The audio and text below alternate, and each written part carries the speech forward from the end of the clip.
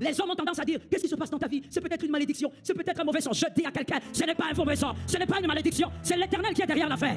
C'est l'Éternel qui est en train de t'amener vers quelque chose. De toute logique. Qui est d'accord avec moi? Alors on va démarrer. Et je bénis ceux qui écrivent.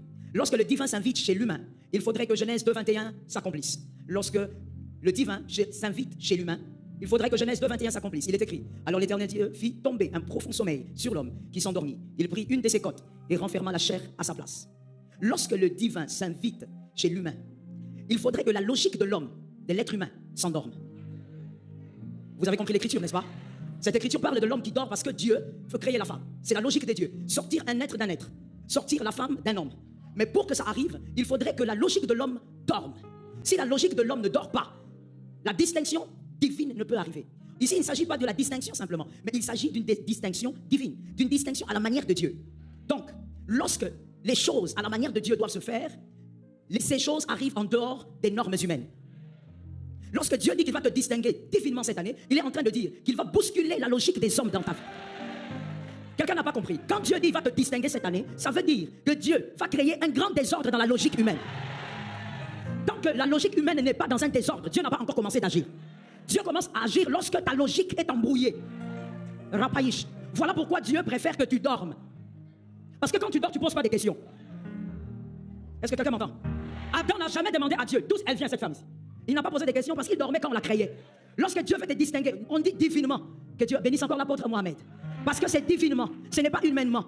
Donc l'intelligence sera confondue. L'intelligence de l'homme ne saura pas expliquer ce qui va arriver. Parce que c'est une distinction à la manière de Dieu. Toute œuvre divine tue la logique. Il faut déjà qu'aujourd'hui en février tu comprennes ça. Parce que ce qui va t'arriver en avril, ça sera terrible.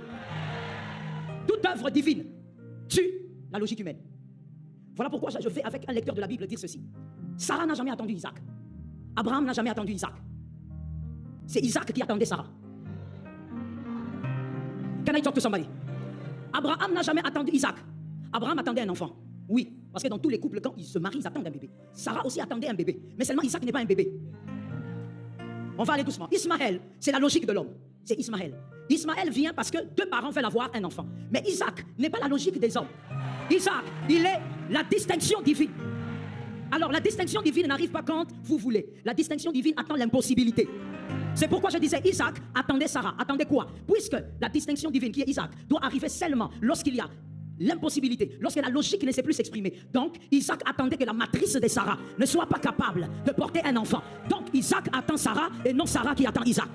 Cette année, au nom de Jésus, ce qui va t'arriver arrivera au moment où personne n'imagine que la chose peut arriver. Mais toi que je te parle, lorsque Sarah est en train de dire pourquoi je ne mets pas au monde?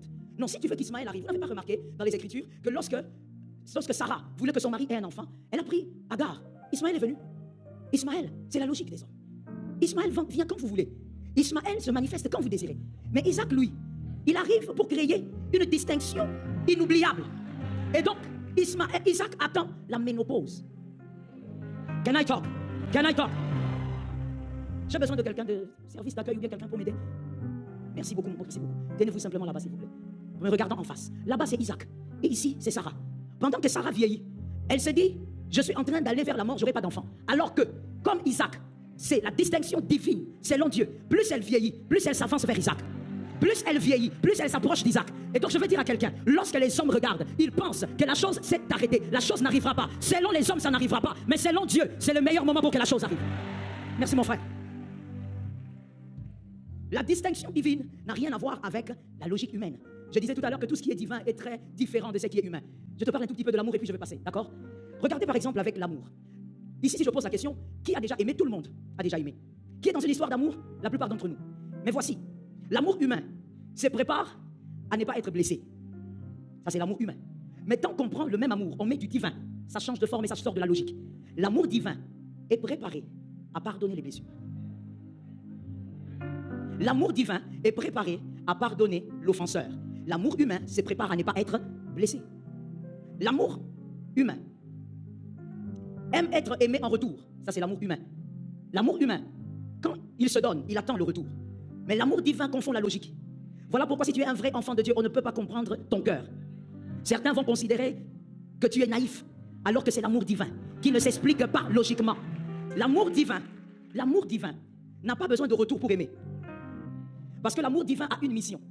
C'est-à-dire, tu l'aimes pour qu'il sache que tu es capable de l'aimer même s'il ne t'aime pas. Je répète ça pour celui qui dormait. L'amour divin, c'est un amour qui aime et qui n'attend pas de retour. Parce que l'amour divin n'est pas là pour aimer, pour être aimé. L'amour divin est là pour aimer afin que l'on sache que même quand on n'est pas aimé, on peut aimer. L'amour divin ne s'alimente pas d'un club d'amour. Quelqu'un m'a dit club d'amour. Club d'amour, c'est-à-dire, nous sommes là, nous nous aimons, et voilà, tant que tu m'aimes, je t'aime. Tant que l'autre m'aime, je l'aime. C'est un club d'amour. L'amour divin est alimenté par Jésus lui-même. Ce qui fait que tu vas aimer même ceux qui ne t'aiment pas. Tu seras capable d'aimer même sans retour. C'est parce que au-delà d'aimer, tu présentes une nature qui est la nature de Dieu. Tu peux mettre dans ton carnet Matthieu 5, 46. Matthieu 5, 46. L'amour divin. Tout ce qui est teinté de la divinité confond la logique humaine. Dépasse l'intelligence de l'homme. Avant de passer, j'aimerais insister et dire à quelqu'un. Aime comme celui qui doit marquer l'amour.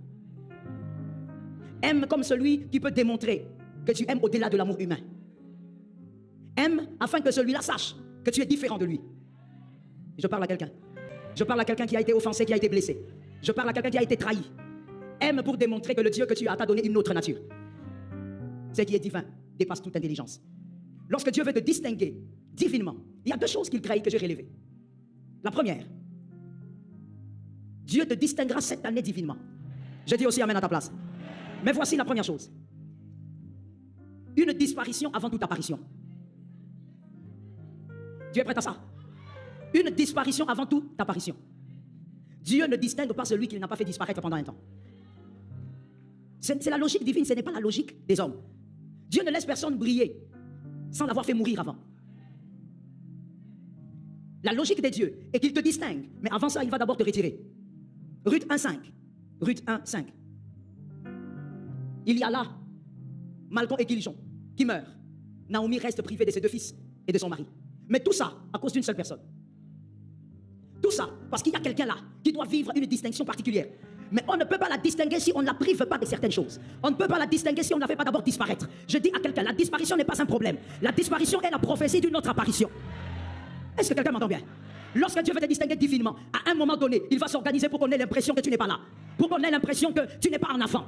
On a l'impression que ce que tu fais te fait disparaître. Dieu te cache pour te sortir à un moment. Celui qui n'a jamais disparu ne peut pas apparaître selon Dieu.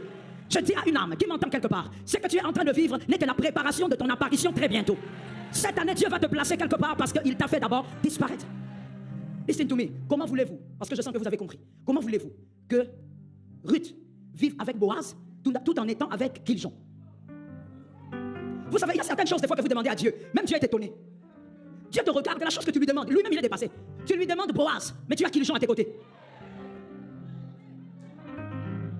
Si Dieu t'explique que ce que tu demandes, demande d'abord une soustraction, tu ne comprendras pas.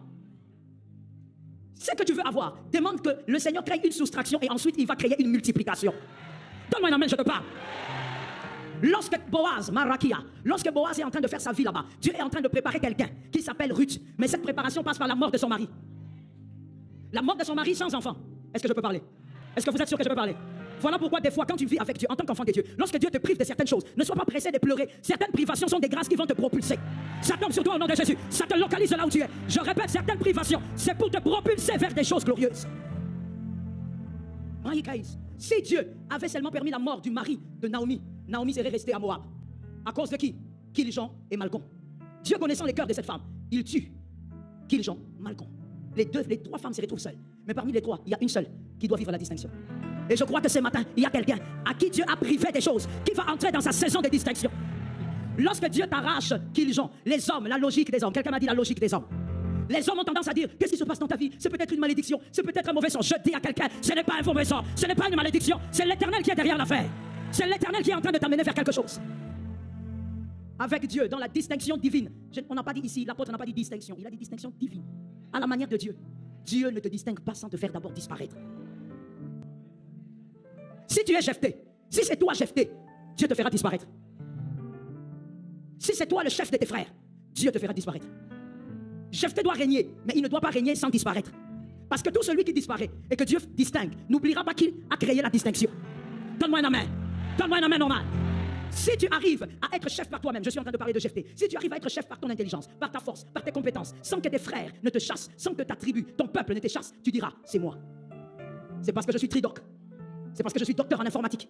Voilà pourquoi je suis arrivé jusqu'ici. Mais il y a des gens dans cette salle, il y a des gens dans ces multiples salles qui diront cette année, malgré tout ce que j'ai fait, je reconnais aujourd'hui, je reconnais en 2026, je lance la prophétie au nom de Jésus. 2026, tu reconnaîtras que c'est par Dieu que tu es arrivé là. C'est par la main de Dieu que tu as atteint ce niveau.